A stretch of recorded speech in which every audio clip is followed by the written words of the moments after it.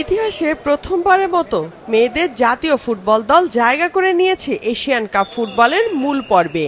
এর আগে সেই ১৯৮০ সালে একবার ছেলেদের দল খেলেছিল এশিয়ান কাপে। এবার খেলবে মেয়েরা, সেজন্য দরকার শক্ত প্রস্তুতি। আর সেই প্রস্তুতির অংশ হিসেবেই থাইল্যান্ড গেল বাংলাদেশ দল। মেয়েদের ফিফা র্যাঙ্কিংয়ে বাংলাদেশের অবস্থান ১০৪ আর থাইল্যান্ড আছে ৫৩ নম্বরে, অর্থাৎ ৫১ ধাপ এগিয়ে আছে দলটি। তারপরও এশিয়ান কাপে খেলার যোগ্যতা অর্জন করতে পারেনি থাই মেয়েরা। তবে র্যাঙ্কিংয়ে অনেক এগিয়ে থাকা দলটি শক্তিমত্তা তো বেশ এগিয়ে। তাদের বিপক্ষে ব্যাংককে ২৪ অক্টোবর একটি ক্লোজ ডোর ম্যাচ খেলবে বাংলাদেশ। আর ২৭ অক্টোবর দর্শকের উপস্থিতিতে হবে দ্বিতীয়টি। ইন্টারন্যাশনাল ফ্রেন্ডলি হিসাবে দুটি ম্যাচকে স্বীকৃতি দিচ্ছে ফিফা। থাইল্যান্ড আমাদের থেকে অনেক অনেক অনেক ধাপে এগিয়ে এবং অনেক শক্তিশালী। তো আমরা তাদের সাথে খেলতে যাচ্ছি, এটা আমাদের প্লেয়ারদের জন্য একটা বড় এক্সপেরিয়েন্স হবে।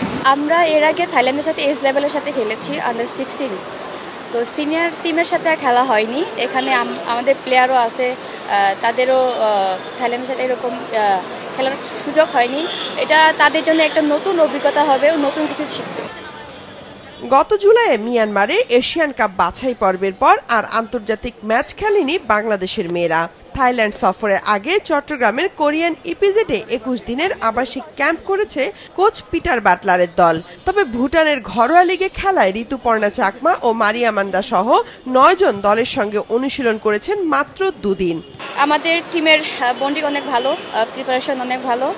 যেহেতু আমরা টিমের সাথে সেরকম বেস্ট ২ দিন ট্রেনিং করেছি, মোটামুটি ভালোই, সবকিছু ভালো।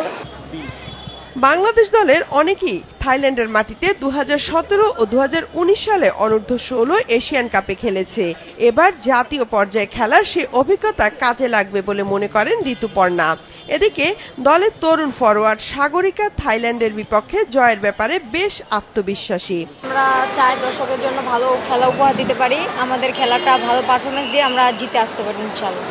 আমি যেটুকু আমাকে মাঠে নামালে আমি যতটুকু পারবো আমার সর্বোচ্চটা দেওয়ার চেষ্টা করব। ২০২৬ সালের ১ থেকে ২১শে মার্চ অস্ট্রেলিয়ায় হবে ১২ দলের অংশগ্রহণে মেয়েদের এশিয়ান কাপ। গ্রুপ বিতে বাংলাদেশের সঙ্গে রয়েছে ২ মহাশক্তিধর দল উত্তর কোরিয়া ও চীন। আছে র্যাঙ্কিংয়ে এগিয়ে থাকা উজবেকিস্তান। আফসানা কান্তা, মাছরাঙা সংবাদ, ঢাকা।